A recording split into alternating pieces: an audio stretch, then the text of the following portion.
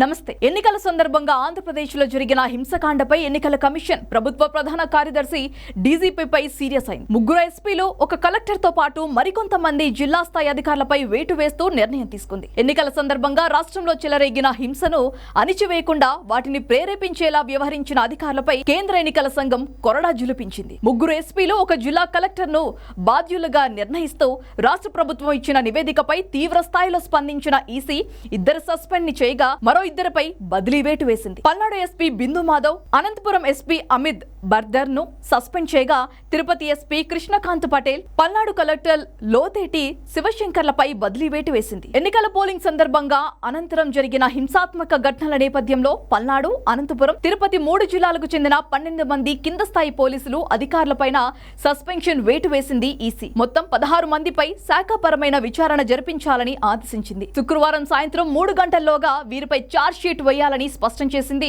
కేంద్ర ఎన్నికల సంఘం. వారిపై శాఖాపరమైన విచారణకు ఆదేశించిన ఈసీ 60 రోజుల్లోగా విచారణ పూర్తి చేసి తదుపరి చర్యల కోసం సిఫార్సులతో నివేదిక ఇవ్వాలని సూచించింది. తమ ఆమోదం లేకుండా సస్పెన్షన్ ఎత్తివేయకూడదని, శాఖాపరమైన చర్యలు నిలిపివేయకూడదని ఈసీ తమ ఆదేశాల్లో స్పష్టం చేసింది. సస్పెండ్ అయిన పల్నాడు, అనంతపురం ఎస్పీలు బదిలీ అయిన తిరుపతి ఎస్పీ, పల్నాడు కలెక్టర్ స్థానంలో అర్హులైన ఐపీఎస్, ఐఏఎస్ అధికారుల పేర్లతో జాబితాను ఈ రోజు ఉదయం 11 గంటల్లోగా పంపాలని సూచించింది. ఫలితాల అనంతరం హింస చెలరేగే అవకాశం ఉన్నందున రాష్ట్రంలో ఉన్న 25 కంపెనీల కేంద్ర సాయుధ బలగాలను ఫలితాలు వెలువడిన తర్వాత కూడా 2 వారాల పాటు కొనసాగించాలని కేంద్ర హోంశాఖను ఆదేశించింది ఈసీ. రాష్ట్రంలో ఇలాంటి హింసాత్మక సంఘటనలు పునరావృతం కాకుండా ఎస్పీలంతా తగిన ముందు జాగ్రత్త చర్యలు తీసుకోవాలని ప్రభుత్వ ప్రధాన కార్యదర్శి జవహర్ రెడ్డికి డీజీపీ హరీష్ కుమార్ గుప్తాని కేంద్ర ఎన్నికల కమిషనర్లు గట్టిగా ఆదేశించినట్లు వెల్లడించింది. నిందితులపై సకాలంలో ఛార్జ్షీట్ దాఖలు చేయాలని ఆదేశించింది. ఎన్నికల కోడ్ అమల్లో ఉండగానే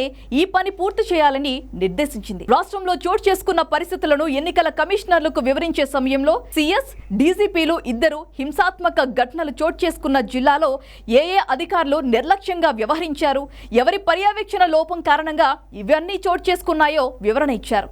దాని ఆధారంగా సంబంధిత అధికారులపై చర్యలు ఆదేశించింది కేంద్ర ఎన్నికల సంఘం.